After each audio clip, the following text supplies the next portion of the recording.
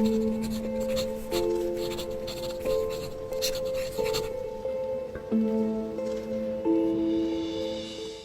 اللہ الرحمن الرحیم۔ السلام علیکم۔ مکتب غامدی کی ایک اور نشست میں خوش آمدید۔ سلسلہ گفتگو آپ کے علم میں ہے جاری ہے۔ 29 اعتراضات پر ہم غامدی صاحب سے ان کے نقطہ نظر پر جوابات پوچھ رہے ہیں اور فطرت کا موضوع زیر بحث ہے۔ اس سلسلے کی یہ 19ویں نشست ہے اور فطرت کے موضوع پر ہم غامدی صاحب سے بات کر رہے ہیں۔ امید ہے یہ فطرت کے موضوع کی آخری نشست ہوگی۔ السلام علیکم غامدی صاحب۔ ہم سے بہت شکریہ آپ کے وقت کا۔ بہت تفصیل سے ہم نے فطرت کے موضوع پر کئی اقساط میں آپ سے بات کی ہے۔ سلسلہ گفتگو اختتام کی طرف جا رہا ہے اور میں اس وقت آپ سے وہ متفرق سوالات جو بالعموم آپ کے تصور فطرت پر پوچھے جاتے ہیں انہیں ایک کر کے آپ کے سامنے رکھ رہا تھا۔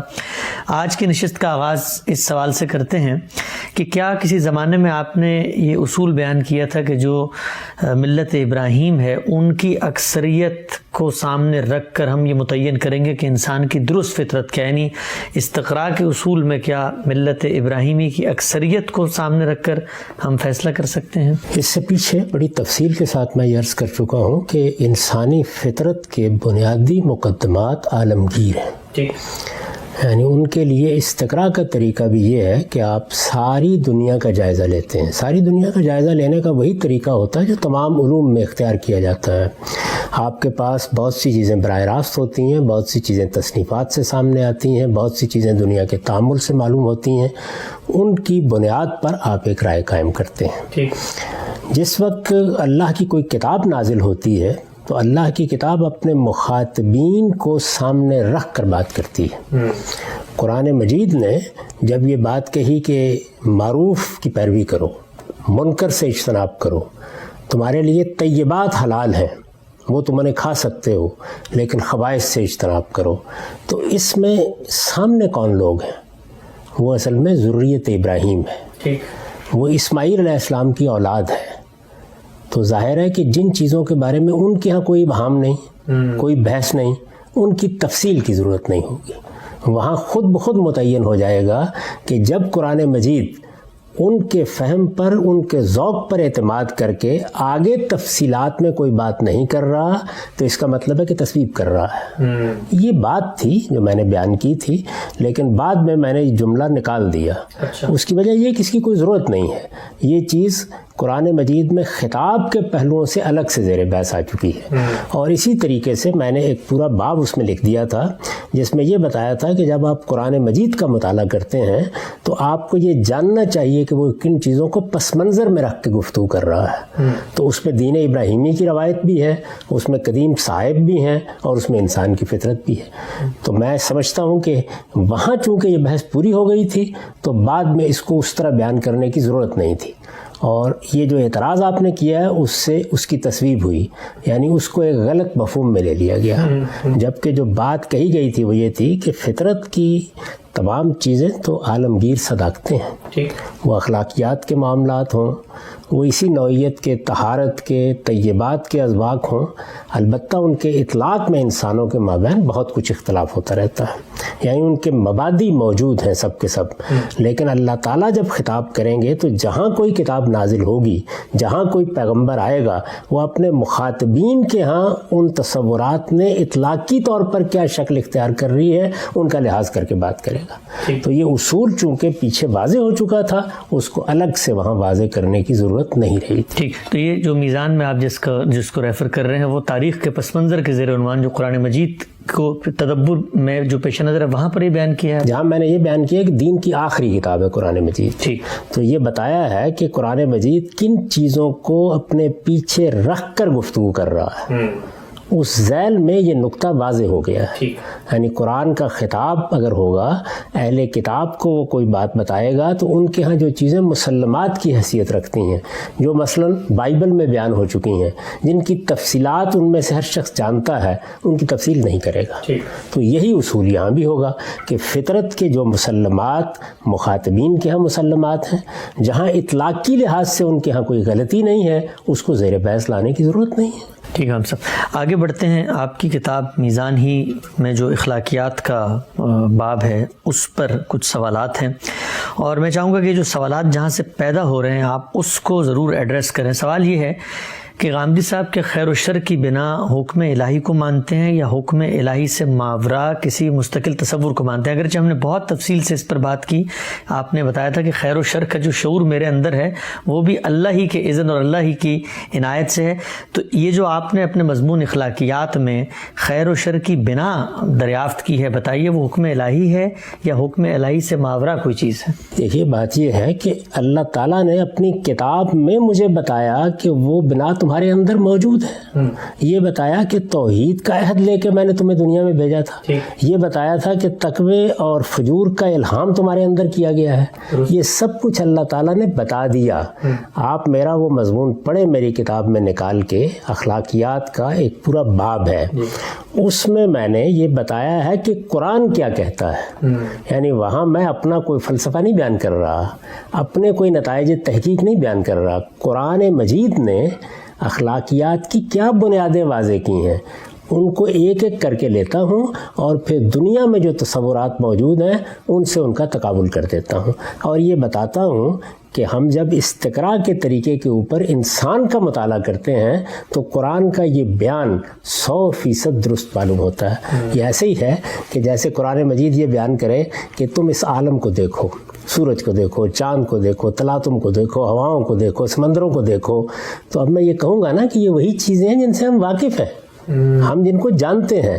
تو ہمارے جاننے کا ایک پہلو وہ ہوتا ہے جس کا تعلق ہمارے ظاہری حواس سے ہے، اور ایک دوسرا پہلو وہ ہے جس کا تعلق ہمارے باطنی حواس سے ہے۔ تو ہم اپنے باطنی حواس کے ذریعے سے جن چیزوں کو محسوس کرتے ہیں، جن کا ادراک ہمارے اندر موجود ہے، انہی کو بنیاد بنا کے قرآن مجید اپنا پورا فلسفہ بیان کر رہا ہے۔ آپ اس کو پڑھیے، اس میں یوں نہیں ہے کہ اللہ کی کتاب قرآن مجید انبیاء کے مقابل میں کوئی بات پیش کی جا رہی ہے، بلکہ ہر موضوع پر یہ بتایا جا رہا ہے کہ اللہ کی کتاب یہ کہتی ہے، یعنی ایک سوال اٹھایا گیا ہے، پھر اس سوال کے جواب میں یہ کہا ہے کہ قرآن مجید اس کو ایسے بیان کرتا ہے۔ تو قرآن مجید نے اپنی بات کیسے کہی ہے، اس کی فلسفیانہ اساسات کیا ہیں، اس نے کہاں سے بات اٹھائی ہے، کیا وہ حکم سے بات اٹھاتا ہے، کیا وہ امر سے بات اٹھاتا ہے، یا وہ انسانی فطرت پر اس کی بنا رکھتا ہے، اور توجہ دلاتا ہے کہ یہ تمہاری فطرت ہے کہ جس کے اندر وہ سب کچھ موجود ہے، یہ کتاب اس کا ذکرہ ہے، اس کی یاد دہانی ہے۔ یہ بحث ہے وہاں۔ ٹھیک ہے صاحب، اگلا جو اعتراض ہے وہ اسی سے ریلیٹڈ ہے، وہ یہ ہے کہ نیکی اور بدی کا جو شعور ہے اور خیر و شر کا جو ماخذ ہے، اگر اس کو آپ اس کا محرک نفس انسانی کے اندر مانتے ہیں تو پھر جو نتیجہ ہے اور جو مقصد ہے وہ نفس انسانی سے باہر کیسے ہو سکتا ہے؟ یعنی اگر ایک خیر و شر کا شعور میرے اندر سے اٹھ رہا ہے تو اب اس کے نتیجے میں میں ایک تصور کروں کہ یہ اس لیے ہے کہ میں نے ایک فرق موجود ہے، اس میں جزا و سزا ہوگی، خدا کے سامنے جواب دہی، تو نتیجہ خارج میں کیسے ہو سکتا ہے جب ایک محرک داخل کے اندر ہو؟ تو اس محرک کو، اس داخلی محرک کو بھی قرآن نے پیش کیا، یعنی خدا ہی نے وہ محرک وہاں پھر میں بیان کر رہا ہوں کہ قرآن کیا کہتا ہے، قرآن مجید نے اس کو کیسے واضح کیا ہے، اور اس میں سورہ قیامہ کی آیات کی طرف اشارہ کیا ہے۔ یہ بتایا ہے کہ قرآن مجید یہ کہتا ہے کہ تمہارے اندر وہ عدالت لگی ہوئی ہے، تم اپنے اندر خیر و شر کا شعور رکھتے ہو، خیر و شر کا یہ شعور جب تمہارے ادراک میں آتا ہے تو تمہاری عقل اس سے کچھ چیزوں کا استنباط کرتی ہے۔ عقلی استنباط یقینی نہیں ہوتا، اس میں احتمالات موجود ہوتے ہیں۔ اس کے بعد وہ یہ کہتا ہے کہ یہ جو تمہاری عقل نے استنباط کیا ہے یا جس کی بنا تم اپنے اندر محسوس کرتے ہو، یہی وہ چیز ہے جس کو ہم نے آخرت میں ڈال دیا ہے، یہی وہ چیز ہے کہ جس کو ہم اپنے انبیاء کے ذریعے سے واضح کر رہے ہیں، یہی وہ چیز ہے جس کی ہم منادی کر رہے ہیں۔ تو یہ اصل میں وہی چیز ہے۔ آپ پیچھے سے اس کو بحث کو اٹھائیں کہ انسانی فطرت میں وہ کیا جگہ ہے جہاں سے اللہ تعالیٰ اپنی ہدایت دیتے ہیں، ان کو الگ الگ کر کے میں نے کہاں پیش کیا۔ ٹھیک، اگر ہم سب اسی سے ریلیٹڈ ایک اور سوال وہ یہ ہے کہ یہ جو اخلاقی صحیح ہے، انسان جو جدوجہد کرتا ہے خیر و شر کے شعور کے بعد ارادہ اختیار کی صلاحیت کو استعمال کرتا ہے، اس کا مقصد آپ نے اپنی کتاب میں تفسیر میں کئی جگہوں پہ بیان کیا ہے کہ اس کا مقصد اللہ کی ابدی بادشاہی کا حصول ہے۔ اچھا، یہ جو فریز ہے اس کے بارے میں لوگوں نے یہ اعتراض پیش کیا کہ یہ بات تو بڑی خطرناک بات ہے کہ اللہ کی ابدی بادشاہی میں انسان شریک ہو جائے، تو ایک طرح سے الوہیت انسانی ہی کا تصور پیش کرنا ہے، جو مسیحی متکلمین کہتے ہیں کہ گویا انسان بھی خدا کے برابر آ جائے۔ تو اللہ تعالیٰ نے تو قرآن مجید میں کہیں یہ نہیں کہا کہ انسان جو ہے وہ میری بادشاہی میں شریک ہو جائے گا، تو یہ مقصد کیسے آپ نے متعین کیا؟ اس سخن فہمی کی کیا داد دے سکتا ہوں میں، یعنی خدا کی بادشاہی سے مراد ہے جنت، اچھا، وہ ابدی ہے، جگہ جگہ قرآن نے بیان کیا خالدین فیہا ابدا، خالدین فیہا ابدا، عطان غیر مجزوز، اجر غیر ممنون۔ قرآن مجید جس جنت کی خوشخبری دے رہا ہے اس کے بارے میں یہ اطلاع بھی دے رہا ہے اس کے ساتھ کہ وہ ابدی ہوگی، اٹرنل ہوگی، وہ کبھی ختم نہیں ہوگی، اس کا عیش دوام ہے، اور وہ بادشاہی ہوگی، یعنی وہ معمولی درجے کی نعمتیں نہیں ہیں۔ یہاں اگر کوئی بہت بڑا دنیا کا بادشاہ اپنے بارے میں کچھ چیزوں کا تصور کرے تو وہ ایک عام انسان کو وہاں حاصل ہو جائیں گی۔ یہ تعبیر سیدنا مسیح علیہ السلام نے اختیار کی۔ مسیحی متکلمین نے اگر اس کا کوئی غلط مفہوم لے لیا ہے تو میں اس کا پابند کیوں ہوں؟ میں تو اسے بالکل قرآن مجید کی روشنی میں دیکھتا ہوں۔ میرے نزدیک انجیل میں جب یہ تعبیر آئی ہے تو دو پہلوؤں سے آئی ہے، یعنی ایک اس ابدی بادشاہی کے لیے کہ جو ہمیں جنت میں حاصل ہوگی، اور دوسرے رسالت مآب صلی اللہ علیہ وسلم کے ذریعے سے جو دنیا میں بادشاہی ملنے والی تھی، اور وہ بھی اس لحاظ سے ابدی ہے کہ اب رسالت مآب صلی اللہ علیہ وسلم کے بعد کوئی اور رسول یا نبی نہیں آئے گا، اور وہ قیامت تک اسی طرح سے جاری رہے گی۔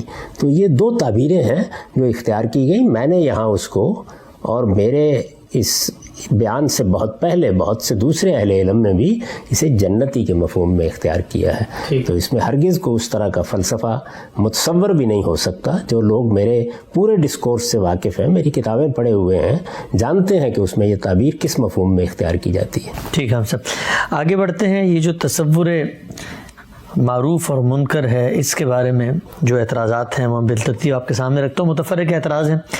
پہلا یہ سوال کیا گیا ہے کہ یہ جو نیکی کے بارے میں آپ کہتے ہیں کہ نیکی اور بدی کا شعور اللہ تعالیٰ نے انسان کی فطرت میں رکھا ہے، تو قرآن مجید کی سورہ بقرہ کی آیت 177 وہ مقام ہے جو اس تصور کی نفی کرتی ہے۔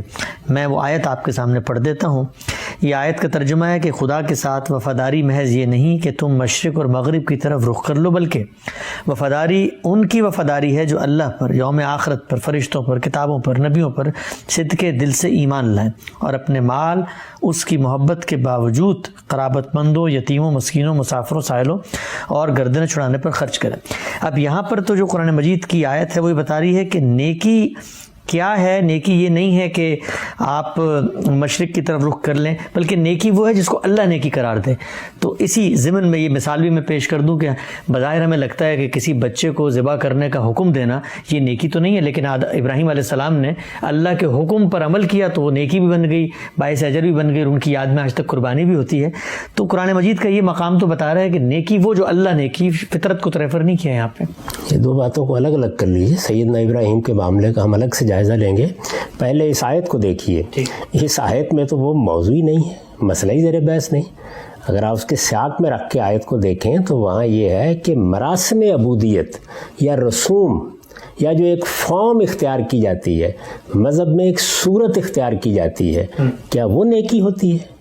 یہ وہی مضمون ہے جو قربانی کے باب میں قرآن مجید نے واضح کیا ہے۔ یہ فرمایا کہ لن ینال اللہ لحومھا ولا دماؤھا ولکن ینالہ التقوی منکم، یعنی یہ جب تم ایک جانور کو ذبح کرتے ہو تو تمہارا خیال یہ ہے کہ اس کا گوشت اور اس کا خون اللہ کو پہنچتا ہے؟ نہیں، وہ تقوی پہنچتا ہے جو تمہارے دل میں موجود ہوتا ہے۔ تو یہ حقیقت کو بیان کیا ہے کہ نیکی کی حقیقت کیا ہے۔ وہ نیکی خواہ میرے باطن سے اٹھے، خواہ وہ میری فطرت سے اٹھے، خواہ وہ اللہ کے کسی حکم کے نتیجے میں نیکی قرار دی جائے، اللہ کا کوئی امر بن جائے، یا اللہ کی کسی نہی کے نتیجے میں اس سے بچنا نیکی بنے، ہر صورت میں اس کی حقیقت پیش نظر ہوگی۔ یہ اس آیت کا موضوع ہے۔ چنانچہ اس کو اس کے سیاق میں رکھ کے دیکھیے تو اصل میں قبلے کی بحث ہے۔ قرآن مجید اس پر تبصرہ کرتے ہوئے یہ کہتا ہے کہ یہ جو تم نے ایک بڑا مسئلہ بنا دیا کہ قبلہ وہ ہونا چاہیے یا یہ ہونا چاہیے، مشرق ہونا چاہیے یا مغرب ہونا چاہیے، یہ تو فارم ہے، صورت ہے، اس کی حقیقت پر نگاہ رکھو۔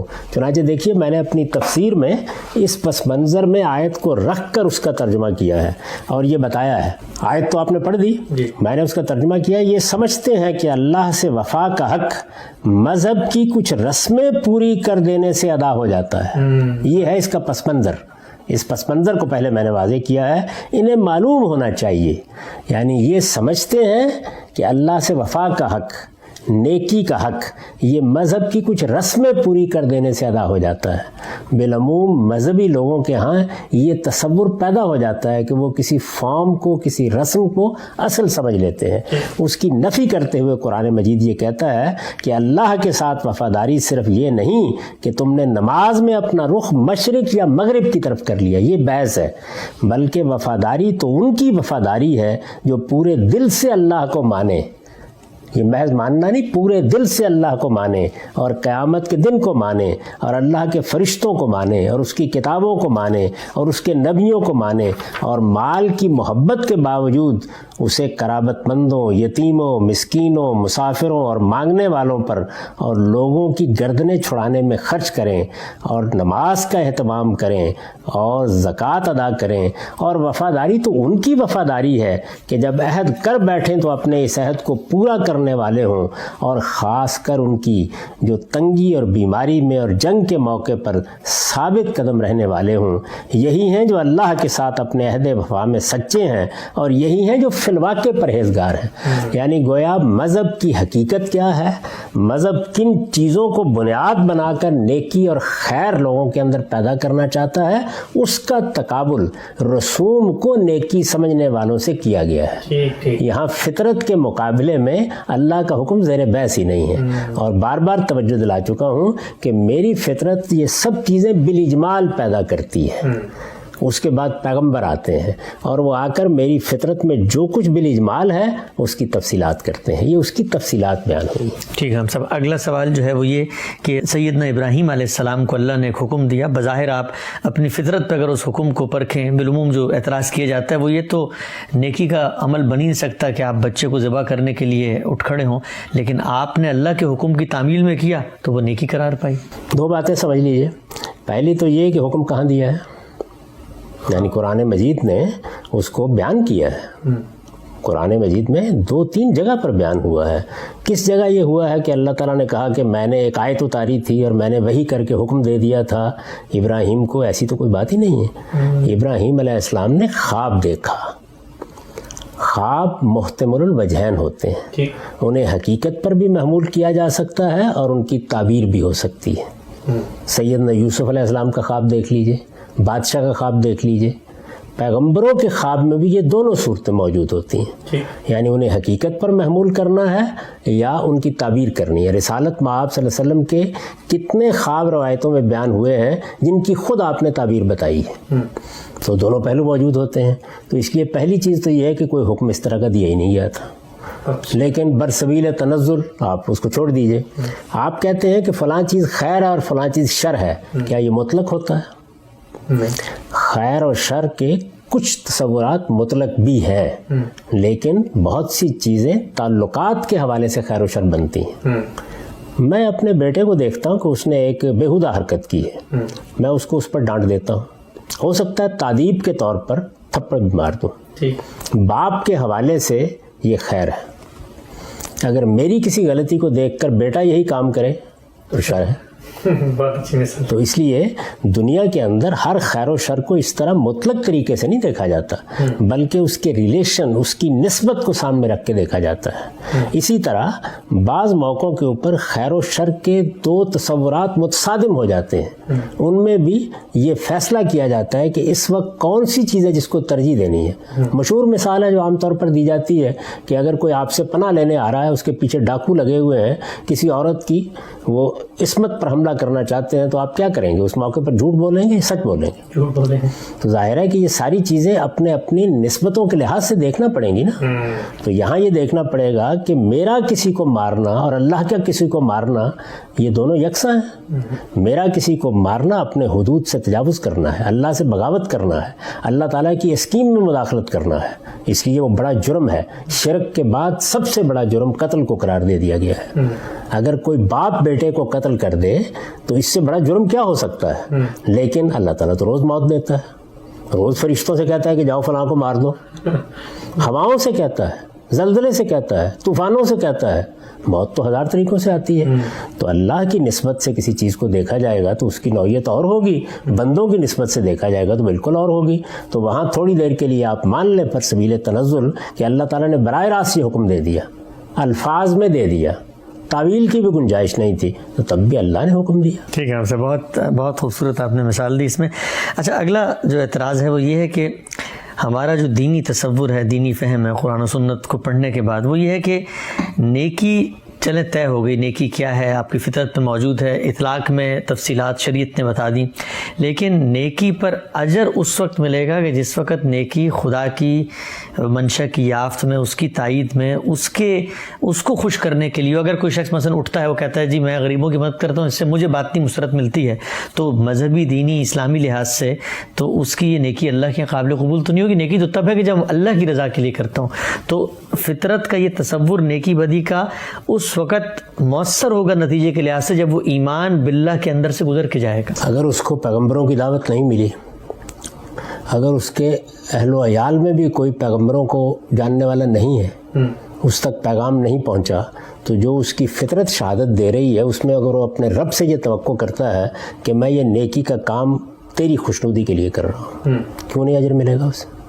اللہ تعالیٰ نے تو قرآن مجید میں 10 جگہ کہا ہے کہ وہ کسی عمل کرنے والے کے اجر کو ضائع نہیں کرے گا۔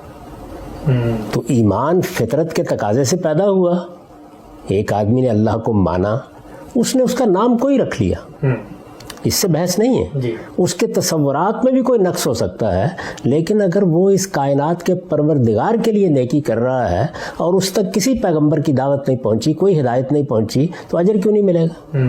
یہاں جو بات بیان کی گئی ہے وہ یہ ہے کہ اللہ کے لیے نیکی کرنی چاہیے، تو اللہ کے لیے نیکی کا تصور فطرت کی بنیاد پر بھی پیدا ہوتا ہے، اور وہی تصور ہے جس کو پیغمبر ایک متعین صورت دے دیتے ہیں۔ تو ایمان آدمی اس حالت میں بھی لاتا ہے، وہی ایمان ہے جو سورہ اعراف میں زیر بحث ہے، یعنی اللہ تعالیٰ پوچھ رہے ہیں کہ کیا میں نے تم سے یہ عہد نہیں لیا تھا الستو بربکم؟ اگر اس عہد کا احساس انسان کے اندر نمودار ہوا، یہ نہیں کہ واقعہ یاد آ گیا، وہ احساس نمودار ہوا، فطرت نے اس کی تائید کی، خیر و شر کے الہام نے اس کے سامنے ایک لائے عمل رکھا، اور اس میں اس نے اللہ کی خوشنودی کو پیش نظر رکھ کر کوئی نیکی کا کام کیا، کوئی خیر کا کام کیا، کسی کی مدد کی، اللہ کی راہ میں مال خرچ کیا، تو مجھے یہ بتائیں کہ کیوں اجر نہیں ملے گا اس کو؟ تو یہ کیا مقدمہ ہے؟ اجر بھی ملے گا اور مواخذہ بھی ہوگا۔ ٹھیک، اور اگر وہ خدا کو نہیں مانتا اور نیکی کرتا تو پھر جب وہ خود ہی اجر نہیں دینا چاہتا خدا سے، تو پھر ہم کیوں اس بحث ہی بالکل دوسری ہے، وہ ایک دوسری بحث ہے۔ یعنی جب فطرت کی بات کی جا رہی ہے تو اس میں یہ بتایا جا رہا ہے کہ فطرت میں کیا ہے، یعنی انسان کی فطرت میں اللہ تعالیٰ کی توحید کا تصور موجود ہے، اس کو صرف ذکرہ کی ضرورت ہوتی ہے، یاد دہانی کی ضرورت ہوتی ہے۔ تو یہ تصور جس صورت میں بھی ہوگا یہ نمودار ہو جائے گا، جب نمودار ہوگا تو پروردگار کے ساتھ ایک تعلق پیدا کرے گا۔ یہ تعلق جس طرح پیغمبر متعین کر دیتے ہیں، ہو سکتا ہے اس طرح متعین نہ ہو، اس کے لیے وہ نام نہ ہو، اس کے لیے وہ الفاظ نہ ہو۔ ایک آدمی جنگل میں بیٹھا ہوا ہے، اس کے آبا کو بھی کوئی بات نہیں پہنچی ہے، قرآن مجید نے اسی کے بارے میں کہا ہے نا، تو جب وہ مواخذے میں آ گیا، یعنی مسئول ٹھہرا دیا گیا، جواب دہ ہو گیا، تو وہ نیکی کرے گا تو وہ اس کا اجر کیوں نہیں پائے گا؟ اور پھر مزید عرض کروں کہ جب یہ کہا قرآن مجید نے کہ خیر و شر تمہارے اندر الہام کیا ہے، تو آپ دیکھیں کہ اس میں دونوں چیزیں بیان کر دی ہیں، یعنی مواخذہ بھی بیان کر دیا اور اجر بھی بیان کر دیا ہے۔ قد افلح من زکاہا وقد خاب من دساہا، تو یہ اس سطح پر بھی موجود ہے، اور جس وقت ہم اللہ کے کسی پیغمبر کو مان لیتے ہیں تو گویا اپنی فطرت کے تقاضے کو پورا کرتے ہیں، اور جب اس یاد دہانی کے نتیجے میں تفصیلات سامنے آ جاتی ہیں تو تفصیلات کے مکلف ہو جاتے ہیں۔ اصول کیا ہے؟ اگر آپ کے پاس صرف فطرت کی ہدایت ہے تو اللہ پوچھے گا بھی اسی کی بنیاد پر، اور اجر بھی اسی کی بنیاد پر دے گا، اور اگر آپ کے پاس پیغمبروں کی ہدایت ہے تو ظاہر ہے کہ اب آپ مسئول بھی اسی کے لحاظ سے ہو گئے، اور آپ کے لیے اجر بھی اسی لحاظ سے اللہ کے ہاں مقدر ہو گیا۔ اور اگر آپ کو محمد الرسول اللہ کی دعوت پہنچ گئی ہے، قرآن مجید پہنچ گیا ہے، تو پھر اس کے لحاظ سے آپ سے جواب مانگا جائے گا۔ تو یہ مختلف مدارج ہیں جن کے تحت اللہ تعالیٰ اپنے بندوں کے ساتھ معاملہ کرتے ہیں، ان کو قرآن مجید نے بڑی وضاحت کے ساتھ بیان کر دیا ہے۔ ایک اور بات بھی اس معاملے میں عرض کر دوں کہ میں نے جو مقصد بیان کیا ہے دین کا، وہ اپنی کتابوں میں جگہ جگہ بیان کیا ہے، تزکیہ۔ اصل میں تزکیہ ہے کہ جس کو سامنے رکھ کر آپ اپنے اخلاقی وجود کو پاکیزہ بناتے ہیں، یہ اس کا صلہ ہے کہ اللہ تعالیٰ آپ کو جنت کی بشارت دیتے ہیں یا ان کی خوشنودی حاصل ہوتی ہے۔ اللہ کی خوشنودی کا تصور جب پیدا ہوتا ہے تو وہ آپ کے اس پورے عمل کو، یعنی آپ کے اخلاقی تطہیر کے پورے عمل کو آخری درجے میں پاکیزہ بنا دیتا ہے۔ ٹھیک ہے صاحب، بہت تفصیل سے آپ نے جواب دیا اس کا۔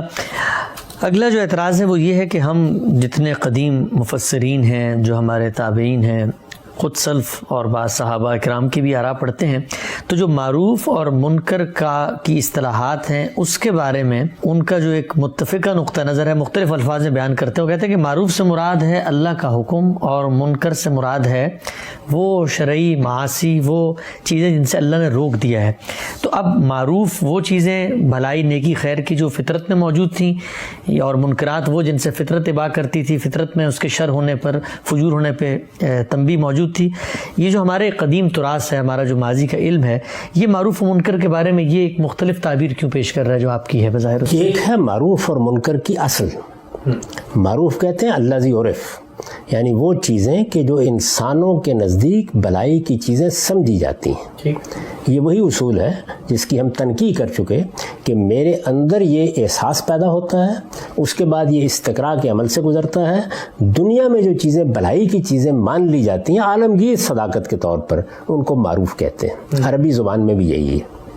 ہم عربی زبان میں جو الفاظ استعمال ہوں گے ان کو کسی دوسرے مفہوم میں نہیں لے جا سکتے۔ منکر کیا ہے؟ الذی انکر، یعنی وہ چیز کہ جو برائی ہے، برائی سمجھی جاتی ہے، انسان اس کو برائی مانتے ہیں۔ تو معروف اور منکر کی تعبیرات قرآن میں اس مفہوم میں استعمال ہوئی ہیں۔ اس سے آگے بڑھ کر قرآن اس کی بنیاد پر جو دستور قائم ہو جاتا ہے کسی سوسائٹی میں، اس کو بھی معروف کہتا ہے۔ یعنی بھلائی کے کسی تصور سے اطلاقی لحاظ سے ایک دستور، ایک قاعدہ بن گیا۔ چنانچہ آپ دیکھیے اللہ کے حکم اور اس میں کیا فرق ہے قرآن مجید سے۔ جب قرآن نے یہ کہا کہ تم جس وقت دنیا سے رخصت ہوتے ہو تو معروف کے مطابق وصیت کر دیا کرو، جی، تو وہاں کیا چیز زیر بحث ہے؟ اللہ کا حکم زیر بحث ہے، نہیں وہ جو سوسائٹی کا عرف ہے، جو سوسائٹی کا عرف ہے۔ اور اس کے بعد اللہ تعالیٰ نے ایک پورا قانون دے دیا۔ تو اب ظاہر ہے کہ وہ معروف اب اس قانون میں تبدیل ہو گیا، یعنی اللہ تعالیٰ نے اس کی بنیاد پر ایک قانون دیا۔ اللہ کا معروف اب قرآن میں ہے۔ تو پوری کی پوری جو اللہ تعالیٰ کی ہدایت ہے وہ اصل میں اسی طرح کھڑی ہے، یعنی معروف اور منکر کے وہ تصورات جو انسانی فطرت میں موجود ہیں ان پر کھڑا کر کے اللہ تعالیٰ معروف میں اپنا امر دیتے ہیں اور منکر میں اپنی نہی نازل کرتے ہیں۔ تو اللہ کی نسبت سے اب جو موضوع الفاظ ہوں گے وہ ہوں گے اوامر اور نواہی، یعنی اللہ نے کن چیزوں کو حکم بنا دیا اور کن چیزوں سے ہم کو روک دیا۔ تو ممنوعات کے لیے نواہی، اور جن چیزوں کو اللہ تعالیٰ نے واجب کیا یا ان کو مستحب کی حیثیت سے لوگوں کو بتایا، وہ سب کے سب اوامر۔ لیکن ان کی بنیاد کس چیز پر کھڑی ہے؟ وہ کھڑی ہے معروف اور منکر میں اسی تصور پر جو انسانی فطرت کے اندر ہے۔ اب ظاہر ہے کہ وہ اس کی بنیاد ہے، اور یہ اوامر و نواہی دونوں مل گئے، مل کے پیغمبروں کے ذریعے سے جو تصویر بنی، ہمارے علماء اس کو اس طرح بیان کر دیتے ہیں۔ لیکن اس کی تنقید کر کے دیکھیے نا کیا چیز ہے۔ تو میرے نزدیک تو اس میں کبھی خلط مبس پیدا نہیں کرنا چاہیے۔ معروف منکر مسلمات ہوتے ہیں، ان کی بنیاد پر جب اللہ کا حکم آتا ہے پیغمبروں کے ذریعے سے تو وہ اوامر اور نواہی ہوتے ہیں، اور ان کو انہی اصطلاحات سے ہمیشہ بیان کرنا چاہیے۔ ٹھیک ہے، ہم سب بہت اچھا آپ نے تفصیل سے بتا دیا۔ آگے بڑھتے ہیں۔ جو متفرق اعتراضات ہیں وہ تصور خرونوش سے متعلق ہیں، یعنی اللہ تعالیٰ نے جو انسان کی فطرت میں طیب اور خبیث کا ایک فرق اور شعور رکھا ہے۔ سوال یہ ہے کہ سور، خون، مردار اور خدا کے سوا کسی کو ذبح کرنا جانوروں کی حلت و حرمت میں شریعت کا موضوع ہے، اس کے علاوہ کی تعین انسانی فطرت کرتی ہے۔ یہ کہنا، اعتراض یہ کیا گیا ہے کہ یہ جو اسٹیٹمنٹ ہے کہ یہ جو سور، خون، مردار اور خدا کے سوا کسی کو ذبح کرنا ہے، یہ اصل میں انسان کو حلت و حرمت کا اختیار دینا ہے، اور گویا شارع کی جگہ پہ کھڑا کر دینا ہے۔ قرآن مجید کی ایک آیت ہے سورہ نام کی، میں پڑھ دیتا ہوں، اس میں اس تصور کی مکمل نفی کر دی گئی ہے کہ انسان کے پاس کسی چیز کی حلت و حرمت کا کوئی اختیار نہیں ہے۔ یہ آیت ہے، یہ مشرک اب کہیں گے کہ اگر اللہ چاہتا تو نہ ہم شرک کرتے، نہ ہمارے باپ دادا، اور نہ ہم کسی چیز کو حرام ٹھہراتے۔ یہاں پر ولا حرمنا من شیء کے الفاظ ہیں۔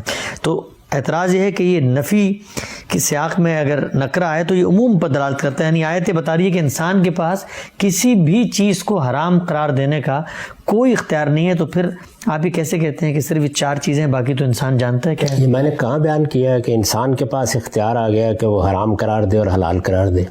یہ بتایا ہے بھائی کہ قرآن مجید نے خور و نوش کی حرمتوں کو اور حلتوں کو بیان کرنے کی قرآن مجید نے ابتدا یہاں سے کی ہے کہ لوگوں سے کہا ہے طیبات حلال ہیں وہ کھاؤ اور خبائث ممنوع ہیں. قرآن نے کہا ہے. یہ کیوں کہا ہے؟ یہ بتایا کہ اس لیے کہا ہے کہ انسانی فطرت بڑی حد تک خبائث سے بھی واقف ہے اور طیبات سے بھی واقف ہے. ہاں، ورنہ قرآن لسٹ دے دیتا نا. ورنہ قرآن مجید ایک فہرست بناتا اور یہ کہتا کہ یہ طیبات ہیں اور یہ خبائث ہیں.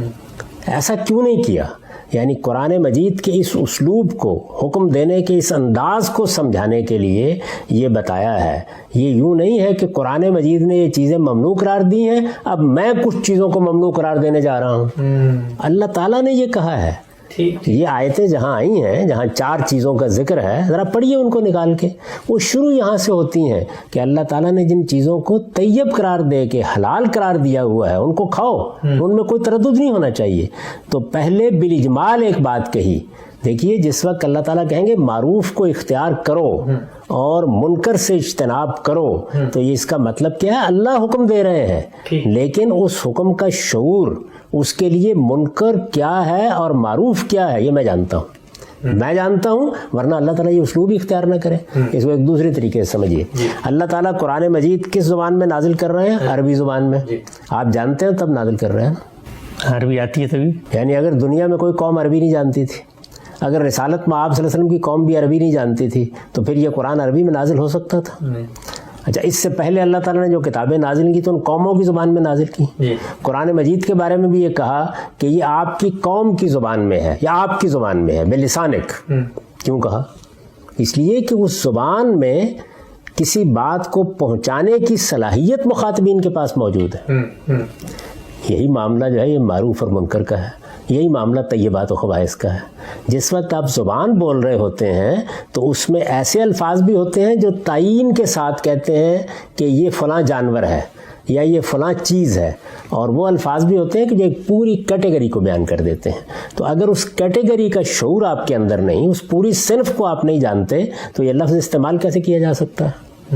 اگر میرے مخاطبین ہیں وہ اس بات سے واقف ہی نہیں ہے کہ چیزیں خوبصورت بھی ہوتی ہیں اور بدصورت بھی ہوتی ہیں، تو میں یہ جملہ بول سکتا ہوں کہ آدمی کو خوبصورت چیزیں اپنے گھر میں لانی چاہیے. یہ لفظ میں اس اعتماد کے ساتھ بولتا ہوں کہ میرے مخاطبین خوبصورت کی ایک صنف سے یا کیٹیگری سے واقف ہیں. تو یہ بات ہے جو میں نے اپنی کتابوں میں سمجھانے کی کوشش کی ہے کہ اللہ تعالیٰ کو اس کی ضرورت نہیں پڑی کہ وہ معروف اور منکر کی فہرست بنائیں یا وہ طیبات و خبائث کی فہرست بنائیں، چونکہ مخاطبین ان سے بالاجمال واقف ہیں، بالعموم غلطی نہیں کرتے. تو اس وجہ سے اللہ تعالیٰ نے پہلے اجمالی حکم دیا، اس کے بعد جہاں اشتباہ کا امکان تھا وہاں پر اپنی شریعت دے دی. یہ بتایا ہے. تو اس بات کو یہاں سے سمجھیے. یہ یوں نہیں ہے کہ اللہ نے یہ چیزیں حلال قرار دے دیں یا حرام قرار دے دی، اب میں کچھ کرنے جا رہا ہوں. وہ اللہ کا حکم ہے جس کی وضاحت کر رہا ہوں، اللہ اور اللہ کے رسولوں کا حکم. اگر اللہ اور اللہ کے رسولوں کا حکم نہیں آئے گا تو طیبات و خبائث کے بارے میں جو میرا ایک فطری علم ہے اس پر میں عمل کروں گا بغیر یہ اصطلاحیں بولے ہوئے. یعنی میں وہاں حرام حلال کی اصطلاحیں نہیں بولوں گا، کیونکہ یہ اصطلاحات، یہ تعبیریں، یہ تصورات، یہ کہ یہ میرے پروردگار کا حکم ہے، یہ تو پیغمبر آ کے بتائیں گے. لیکن اگر پیغمبر نہیں آئے دنیا میں یا پیغمبروں کی دعوت مجھ تک نہیں پہنچی تو میری فطرت میں یہ چیز موجود ہے کہ میں کچھ چیزوں کو اچھا سمجھ کے اختیار کروں گا، کچھ چیزوں کو برا سمجھ کے ان سے اجتناب کروں گا. کھانے پینے میں بھی یہ شعور میرے اندر موجود ہے. تو بتایا یہ جا رہا ہے کہ یہ شعور عالمگیر ہے، اس کے اطلاق میں غلطیاں ہوتی ہیں. اللہ تعالیٰ نے عربوں کے اس احساس یا اس شعور کو سامنے رکھ کر طیبات و خبائث کے الفاظ جو جنرل الفاظ ہیں وہ استعمال کر دیے ہیں، کیونکہ مخاطبین اس بات سے واقف ہیں. اور چونکہ مخاطبین واقف ہیں تو آگے یہ سمجھایا ہے کہ رسالت مآب صلی اللہ علیہ وسلم بھی اگر کسی چیز کے بارے میں وضاحت کر رہے ہیں تو اسی فطرت کی وضاحت کر رہے ہیں. یہ بالکل ایسے ہی ہے جس طریقے سے قرآن مجید کو اگر آپ کھولیں گے اور وہاں پر آپ مثال کے طور پر سورہ بنی اسرائیل میں احکام عشرہ پڑھنا شروع کر دیں تو آپ دیکھیں گے کہ وہاں یہ تکبر کے بارے میں کہا گیا ہے کہ یہ ایک بڑا جرم ہے، اور بعض چیزوں کے بارے میں بتایا گیا ہے کہ یہ ایسی چیزیں نہیں تم ان کے قریب جاؤ. یہ قرآن کا بیان بھی بیان فطرت ہے. یعنی جو کچھ انسان کی فطرت جانتی ہے سمجھتی ہے اسی کو اللہ تعالیٰ بیان کر رہے ہیں.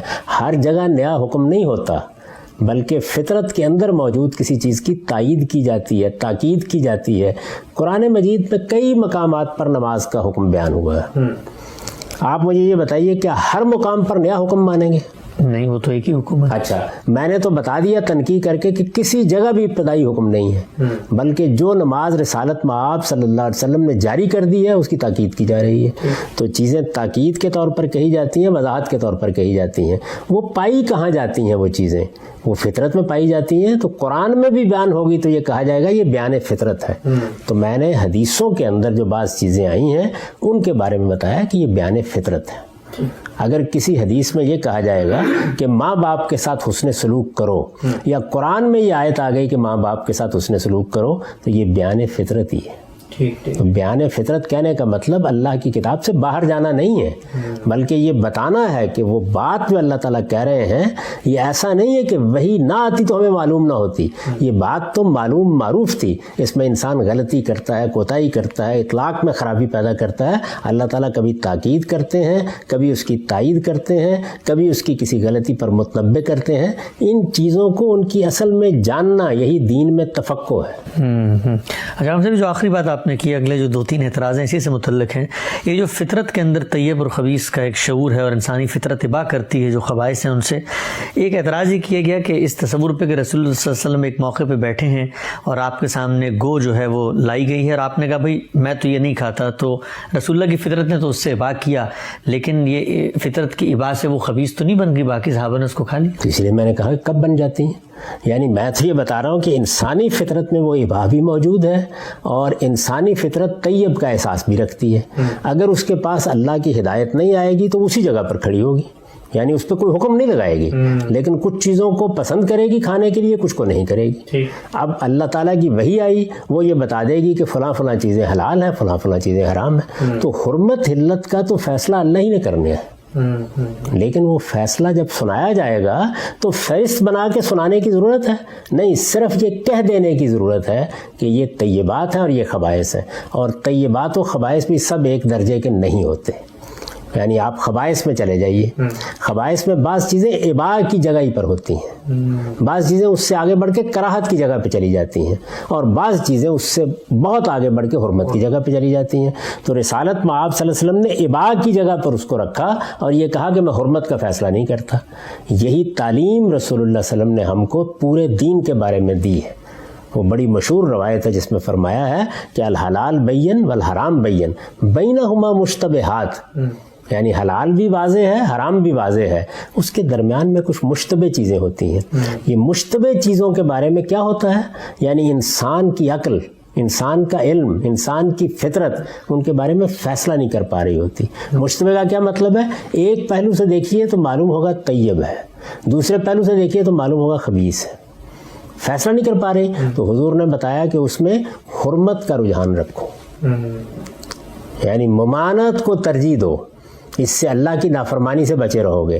تو اب یہ بتائیے کہ جو آدمی وہاں ممانعت کو ترجیح دے گا کسی مشتبہ چیز میں, وہ اپنی طرف سے دین بنا رہا ہے. تو اسی طرح فطرت کا معاملہ ہے, یعنی جو چیزیں فطرت میں ہوں گی ان کو ہم ان کی جگہ پہ رکھ کے دیکھیں گے, ان کے بارے میں حرمت حلت کے الفاظ ہی نہیں ہوں گے. وہاں وہی ہوگا کہ کچھ لوگ کچھ چیزیں کھاتے ہیں, کچھ لوگ کچھ چیزیں نہیں کھاتے. اس کا اندازہ اس سے کر لیجئے نا کہ ہمارے ہاں سینٹ پال کے بعد مسیحیوں کے لیے ہر چیز جائز کر دی گئی, یعنی خور و نوش کی حرمتیں بھی ختم کر دی گئیں.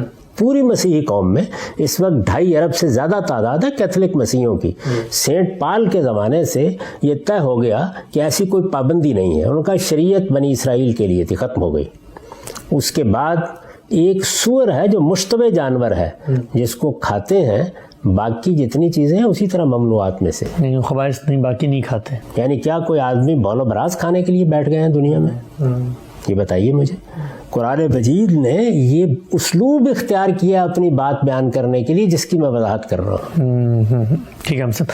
اچھا ہم صاحب, یہ جو آپ نے ابھی ایک نقطہ بتایا کہ انسان کی فطرت اس سے وا کرتی ہے, اگلا جو اعتراض ہے وہ یہ ہے کہ مثلا آپ نے اپنی کتاب میں بھی لکھا کہ جو سواری کے جانور ہیں اس کو انسان بالعموم نہیں کھاتے، لیکن سواری کے جانور تو اونٹ بھی ہے لیکن انسان اس کو کھاتے ہیں. تو کہا یہ گیا ہے کہ اصل میں یہ بات تو رسول اللہ صلی اللہ علیہ وسلم کے ایک حکم سے طے ہوئی کہ مثلا گدھے نہیں کھانے، اور دوسرا یہ بات کہ اونٹ کے بارے میں کوئی آپ نے ممانعت نہیں دی تو وہاں سے اونٹ جو ہے وہ جائز ہو گیا، ورنہ دونوں سواری کے جانور ہیں. انسان کی فطرت میں جانوروں کے بارے میں جو رہنمائی ہے، میں اس کی طرف توجہ دلانے کے لیے وہ عبارت لکھ رہا ہوں. یعنی یہ بتا رہا ہوں کہ دیکھیے انسان اپنی فطرتی کے لحاظ سے بعض چیزوں سے اس درجے ابا کرتا ہے کہ ان کو ہاتھ بھی لگانا پسند نہیں کرتا. بعض چیزوں کے بارے میں یہ صرف یہ سمجھتا ہے کہ یہ سواری کے جانور ہیں، ان کو کیا زیادہ کھانا. وہاں حرمت علت زیر بحث ہی نہیں ہے. انسانی فطرت کا تجزیہ کر کے بتایا جا رہا ہے کہ کیسے انسان ان چیزوں کو محسوس کرتا ہے. تو وہاں پر ظاہر ہے کہ بعض چیزیں بالکل قطعی ہیں، بعض چیزیں مشتبہات میں سے ہیں، بعض چیزیں ایسی ہیں کہ جن میں بس آپ یہ کہیں گے کہ یہ تو اس مقصد کے لیے ہے، لیکن حرمت کا کوئی فتویٰ نہیں دے رہے. یہ ساری بنیاد جو ہے اس کو میں نے پہلے واضح کیا ہے، اس کے بعد بتایا کہ یہ بنیاد چونکہ انسان کے ہاں موجود ہے تو اس وجہ سے اللہ تعالیٰ نے کوئی فہرست بنانے کی ضرورت محسوس نہیں کی، بلکہ اس بنیاد ہی پر اپنے احکام کی بنیاد رکھتی ہے. یہ بیان کیا گیا ہے. اب اللہ کا پیغمبر کیا کرے گا؟ اللہ کا پیغمبر یہ کرے گا کہ آپ کے سامنے جو چیزیں موجود ہیں ان میں جو بالکل متعین ہیں، بالکل واضح ہیں، جن میں خبیث و طیب کی بحث کی ضرورت نہیں ہے، کبھی نہیں کرے گا. جہاں کوئی اشتباہ پیدا ہوگا تو اللہ تعالیٰ نے کیا کیا؟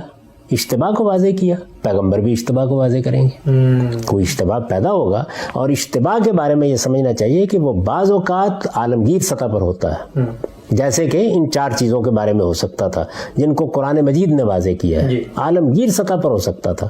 میں نے وہ سوالات اٹھا دیے ہیں جو پیدا ہو سکتے تھے.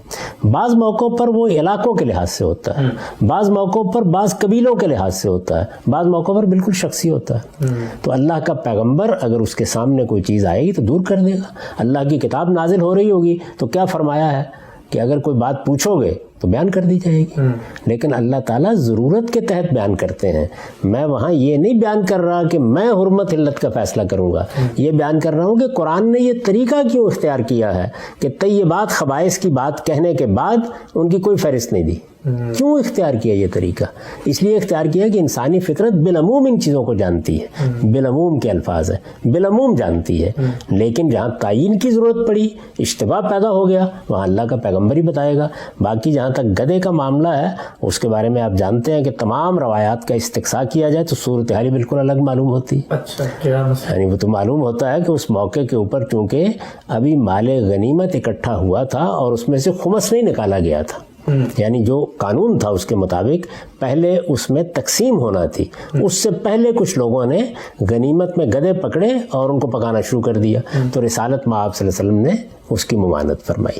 اچھا، یہ حدیث میں لیکن آپ دوسری چیز کو لے لیجئے، یعنی یہ حدیث میں صراحت ہے، بخاری میں بھی موجود ہے، لیکن دوسرے پہلو کو لے لیجئے، اور وہ یہ کہ واقعتاً آپ نے محسوس کیا کہ یہ جانور ایسا نہیں ہے کہ اس کو لوگ کھائیں، تو ٹھیک ہے بالکل. اس کی وجہ جیسے گو کے بارے میں اس کی وجہ یہ ہے کہ اگر کسی بھی چیز کے بارے میں پیغمبر یہ محسوس کرتے ہیں کہ اس کے اندر وہ اشتباہ موجود ہے تو اشتباہ کی پیغمبر تعین کر دے گا. ٹھیک ٹھیک ٹھیک. اسے کیا فرق واقع ہوا؟ وہ بنیاد سمجھنی چاہیے جس پر میں گفتگو کر رہا ہوں. یہ بتا رہا ہوں کہ میری فطرت، انسان کی فطرت کھانے اور پینے میں بھی طیب اور خبیث سے واقف ہے، بالاجمال واقف ہے. یہ نہیں کہ اس کی تفصیلات کو جانتی ہے، اس کے اطلاقات کو جانتی ہے. اجمالی چیزوں کا اطلاق انسان اپنے ماحول کے لحاظ سے کر رہا ہوتا ہے. پیغمبر آتے ہیں، وہ مخاطب کرتے ہیں اپنے مخاطبین کے سامنے، جو کچھ پہلے سے متعین ہوتا ہے اس کی تفصیل کرنے کی ضرورت نہیں ہوتی. اس کے اندر صرف ان چیزوں کو موضوع بناتے ہیں جہاں کوئی اشتباہ ہوتا ہے. تو یہ بتایا ہے میں نے کہ یہ قرآن کیوں کہتا ہے کہ ہم نے تو 4 ہی چیزیں حرام کی ہیں. اس کا پس منظر یہ ہے کہ وہ یہ کہہ رہا ہے کہ طیبات کو تم نے کھانا ہے، خبائث سے اجتناب کرنا ہے. طیبات سے متعلق کچھ اشتباہ تھا اس کو ہم نے دور کر دیا ہے، باقی تو تم خود فیصلہ کر لو گے. یہ بات بتائی جا رہی ہے. اچھا ہم صاحب، آج کے دور میں اگر کوئی شخص کھڑا ہوتا ہے، وہ کہتا ہے میں استقراء کے اصول پہ کھانے پینے کی چیزوں میں انسان کی فطرت کن چیزوں سے ہوا کرتی ہے کہ ان کو وہ مرغوب سمجھتی ہے، طیب للطعام سمجھتی ہے، تو مثلا وہ تو اگر امریکہ میں آج استقراء کرتا ہے تو بلکہ دنیا میں آپ لے لے لیں تو 2.5 ارب کے قریب لوگ سور کو فطرت کی اجازت کے تحت کھا رہے ہیں، تو پھر وہ استقراء کے نتیجے میں تو وہ ایک ایسا جانور جو دین میں ممنوع ہے اس کو عین فطری سمجھ لے گا۔ یہ مجھے بتائیے کہ وہ پیغمبر مبعوث ہوا ہے کہ یہ کام کرنے کے لیے اٹھے گئے، یہ مفروضہ کیا ہے؟ بھائی عام حالات میں ہر انسان شخصی طور پر کوئی فیصلہ کر لیتا ہے، وہ فیصلے اسی طرح ہوں گے۔ جب وہ ایمان قبول کرے گا، اللہ کے پیغمبروں کو مانے گا، تو پھر اس سارے مقدمے کو اس کے سامنے رکھا جائے گا نا، یہ جو میں نے بیان کیا ہے۔ یعنی وہ کیوں جا رہا ہے استقراء کرنے کے لیے؟ اس وقت دنیا میں کروڑوں کی تعداد میں، اربوں کی تعداد میں لوگ ہیں، کون نکلا ہے اس استقراء کے لیے؟ لوگ اپنی اپنی روایت کے لحاظ سے چیزیں کھانے نہ کھانے کا فیصلہ کر رہے ہیں۔ میں یہ بتا رہا ہوں کہ انسان کے اندر جس طرح معروف منکر کا ایک ابتدائی شعور موجود ہے، اسی طرح طیب اور خبیث کا بھی کھانے کے معاملے میں ایک شعور موجود ہے۔ اسی شعور پر بنا رکھ کے اللہ تعالیٰ نے اپنا احکام دی ہے، یہ بیان کر رہا ہوں۔ یعنی اس میں مجھے کیوں کرنا ہے یہ کام اور کیوں کروں گا؟ یعنی اگر مجھے شخصی فیصلہ کرنا ہوگا، میں پیغمبر نہیں ہوں، تو میں اپنی فطرت پہ جو رہنمائی فطرت کے لحاظ سے جو رہنمائی ملے گی اس کے لحاظ سے کروں گا۔ اس میں غلطی بھی ہو سکتی ہے، غلطی تو اللہ کی کتاب کو سمجھنے میں بھی ہو سکتی ہے، تو میں وہ فیصلہ کر لوں گا۔ یعنی مجھے یہ کیوں کرنا ہے؟ میں حلال حرام دینے، لوگوں کو قرار دینے کے لیے کیوں اٹھا ہوں؟ پیغمبر اس مقصد کے لیے آئے ہیں کہ وہ اللہ تعالیٰ کی طرف سے یہ بتائیں آ کے کہ اللہ تعالیٰ بعض چیزوں کے کھانے کو ممنوع قرار دے رہے ہیں۔ کس اصول پر قرار دے رہے ہیں؟ یہ زیر بحث ہے، ان کے خبیث ہونے کی وجہ سے۔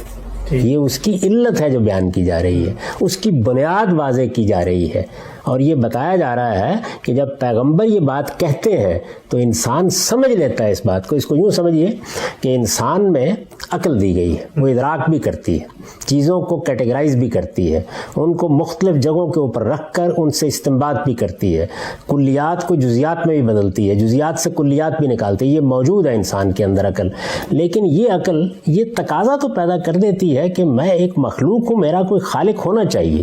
یہ تو پیغمبر نے آ کے بتایا نا کہ خالق ہے۔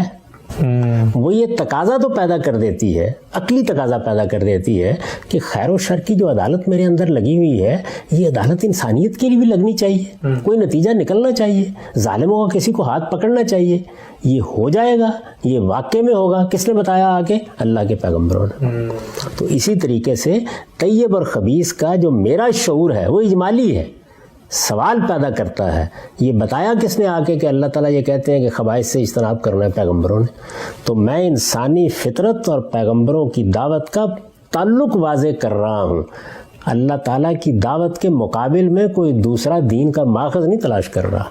یہ میری بات ہی غلط سمجھی جا رہی ہے۔ ٹھیک، اچھا ہم صاحب حنابلہ کے نزدیک ہم پڑھتے ہیں تاریخی لٹریچر میں ہاتھی جائز ہے، شوافے کے نزدیک گھوڑے کھانے جائز ہیں، اسی طرح مالکیہ جو ہیں وہ حشرات الارض کے بارے میں کہتے ہیں کہ اس کو کھانے میں کوئی تردد نہیں ہے۔ تو اب مثلا ہمارا جب ان سے خود مسلمانوں کے گروہوں میں یا مسالک میں اختلاف ہوگا تو ہماری بنا استدلال کیا ہوگی کہ ہم ان کو بتائیں کہ ہاتھی کھانا جائز نہیں ہے، گھوڑا کھانا جائز نہیں؟ وہی جو قرآن مجید نے متعین کر دیے ہیں اصول، ان کو سامنے رکھ کے توجہ دلائیں گے۔ پھر عرض کر دوں کہ طیبات و خبائث کا معاملہ جہاں واضح ہوگا وہاں بحث کی ضرورت نہیں ہے، جہاں اشتباہ ہوگا وہاں وہ پرنسپل موجود ہے۔ مثلا جانوروں کے بارے میں قرآن مجید نے متعین طور پر بتا دیا کہ صرف بہیمت الانعام ہے جن کو اللہ نے جائز قرار دیا ہے۔ احلت لکم بہیمت الانعام، یہ واضح ہو گیا کہ درندے کسی حال میں بھی نہیں کھانے، درندے خاص سمندر میں ہوں یا خشکی میں ہوں، ان سے اجتناب کرنا ہے۔ اب یہ کہ فلاں جانور درندہ ہے فلاں نہیں ہے، اس کا فیصلہ اطلاقی طور پر انسانوں ہی نے کرنا ہے۔ اس میں اختلاف بھی ہو جاتا ہے، اسے کیا قیامت آ جائے گی؟ اللہ تعالیٰ جو مقصد حاصل کرنا چاہتے ہیں وہ ہو گیا، یعنی یہ متعین ہو گیا کہ ہمیں اپنے کھانے پینے کے معاملے میں بعض چیزوں کا لحاظ رکھنا ہے، اور بعض چیزیں اس میں حرمت اور حلت کے درجے کی بھی ہیں۔ تو تحریم، تحلیل، حلال قرار دینا، حرام قرار دینا اللہ ہی کا کام ہے۔ میں یہ بتا رہا ہوں کہ اللہ تعالیٰ نے تمام طیبات کو حلال قرار دیا ہے، تمام خبائث کو ممنوع قرار دیا ہے۔ طیبات اور خبائث کا فیصلہ انسانی فطرت بالعموم درست کرتی ہے، یہ بتا رہا ہوں۔ اسی لیے یہ جامع الفاظ استعمال کیے ہیں، اس لیے اللہ تعالیٰ نے حلت اور حرمت بیان وہی کر رہے ہیں، جامع الفاظ استعمال کیے ہیں۔ جہاں اشتباہ تھا وہ اللہ نے واضح کر دیا ہے، عالمگیر اشتباہ کو اللہ تعالیٰ نے خود واضح کر دیا۔ جہاں کہیں اور اطلاقی چیزیں پیش آئیں گی ان کو ہم ان اصولوں کو سامنے رکھ کے واضح کر لیں گے۔ مثال کے طور پر یہ بات کہ درندے کون سے ہیں، مثال کے طور پر کہ چرندے کون سے ہیں، مثال کے طور پر حشرات الارض کس کے تحت آتے ہیں، یہ ساری چیزیں اطلاقی ہیں، ان میں کوئی بحث بھی ہو جائے گی تھوڑی بہت۔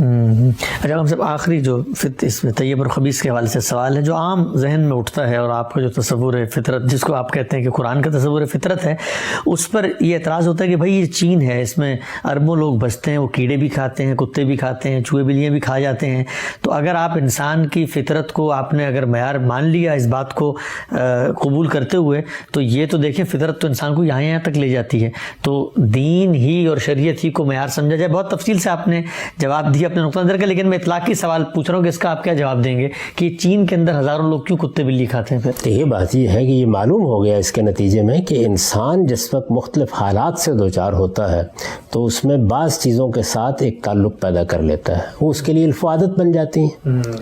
یعنی یہ بات کہ کچھ چیزیں طیب نہیں ہیں، کچھ چیزیں خبیث ہیں، یہ ان کے ہاں بھی موجود ہے۔ طیبات و خبائث کے فرق سے وہ عاری نہیں ہے، یہ موجود ہے، یہ اطلاق میں اختلاف ہو رہا ہے۔ ٹھیک تو اطلاق کا اختلاف تو میرے ہاں بھی ہوگا، حنابلہ اور شوافع میں بھی ہوگا۔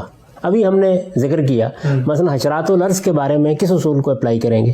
وہ درندے بھی نہیں ہیں، وہ چرندے بھی نہیں ہیں، تو وہاں اختلاف ہو جائے گا نا۔ چڑیاں کھاتے ہیں لوگ۔ تو اس لیے جن لوگوں کے ہاں اللہ کی ہدایت براہ راست نہیں پہنچی، ان کے ہاں ظاہر ہے کہ یہ چیزیں اس طرح سے مشتبہ ہو گئیں۔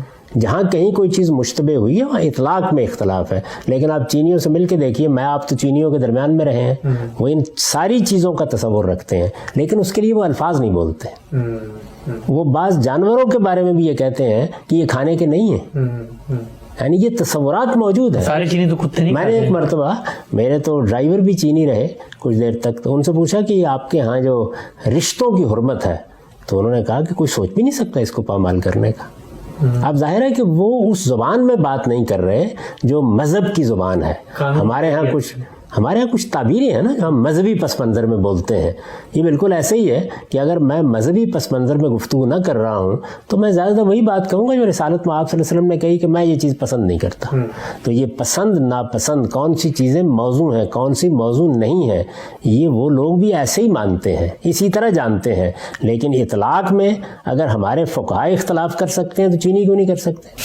ٹھیک، اور ہم ان کو توجہ دلائیں گے کہ یہ خبیث تم کھا رہے ہو، یہ طیب نہیں ہے۔ نہیں، ہم پہلے توجہ کیوں دلائیں گے؟ پہلے ان کے سامنے اللہ کی دعوت پیش کریں گے، یعنی ہم نے ان کے ساتھ اصلاح کی ابتدا یہاں سے کرنی ہے۔ سب سے پہلے یہاں سے گفتگو کی تھی، اللہ کے رسول نے یہ بتایا تھا ہمیں شراب کے بارے میں، یعنی جس سے متعلق قرآن کہتا ہے کہ رجسم من عمل الشیطان، ایک عرصے تک مؤخر کر کے گفتگو کی۔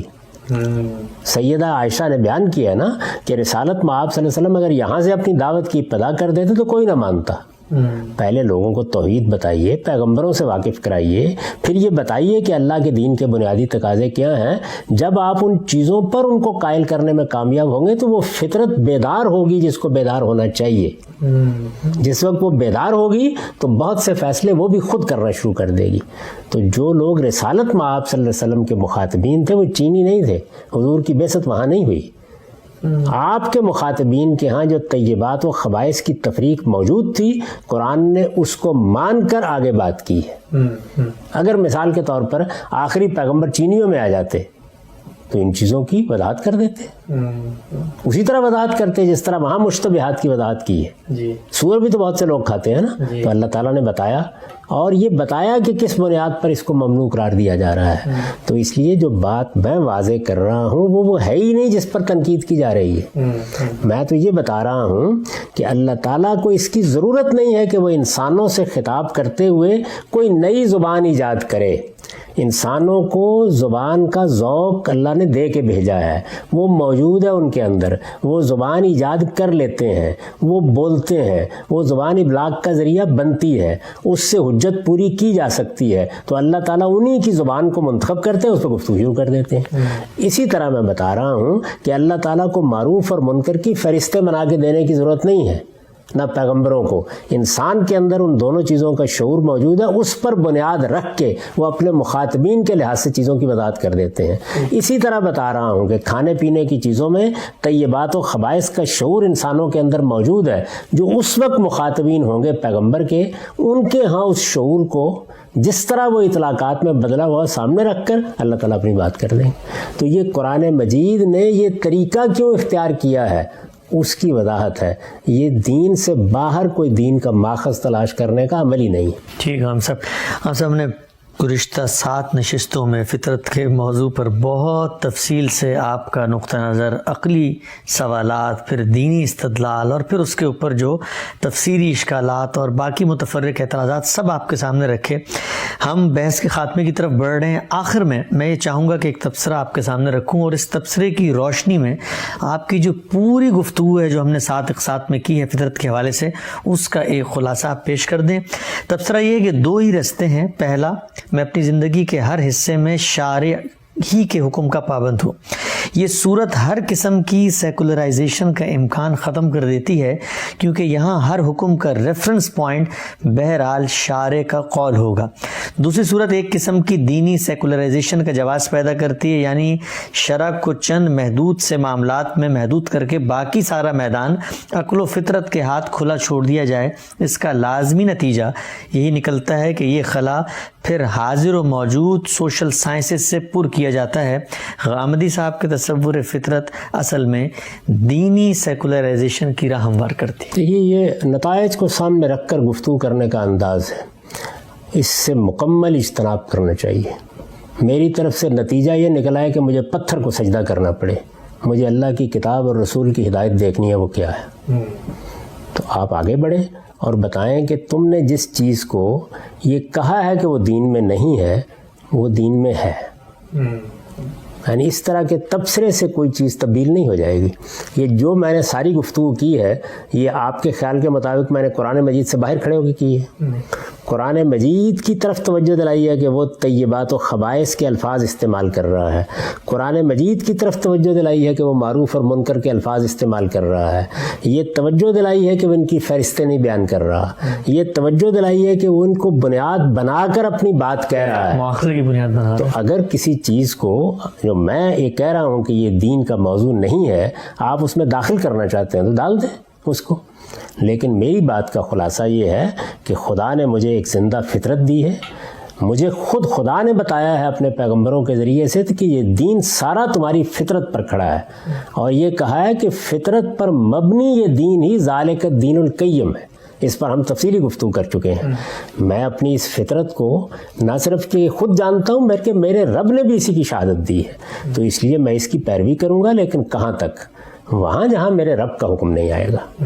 جب میرے رب کا حکم میرے سامنے آ جائے گا تو پھر سب کچھ سرنڈر ہے. میں یہ بتا رہا ہوں کہ میرے پروردگار کا کوئی حکم بھی میری فطرت کے خلاف نہیں ہے، اور تمام احکام، تمام اوامر، تمام نواہی میری فطرت کے تقاضوں کے اوپر مبنی ہے. یہ دین کا فلسفہ ہے جس کو خود قرآن مجید نے بیان کیا ہے، اس کی وضاحت کر رہا ہوں. اور اس کا لازمی نتیجہ کیا ہے؟ وہ یہ کہ آپ کو جو کچھ ثابت کرنا ہے اس کو اللہ کی کتاب سے ثابت کرنا ہوگا یا پیغمبر کے ارشاد سے ثابت کرنا ہوگا. اس سے بڑھ کر آپ کوئی نتیجہ سامنے رکھیں، اس سے تو یہ ہو جائے گا، اس سے تو وہ ہو جائے گا. ہوا کرے، آسمان گر جائے، زمین پھٹ جائے، لیکن دین تو وہی ہے کہ جس کو اللہ کے پیغمبروں نے دین بتا دیا.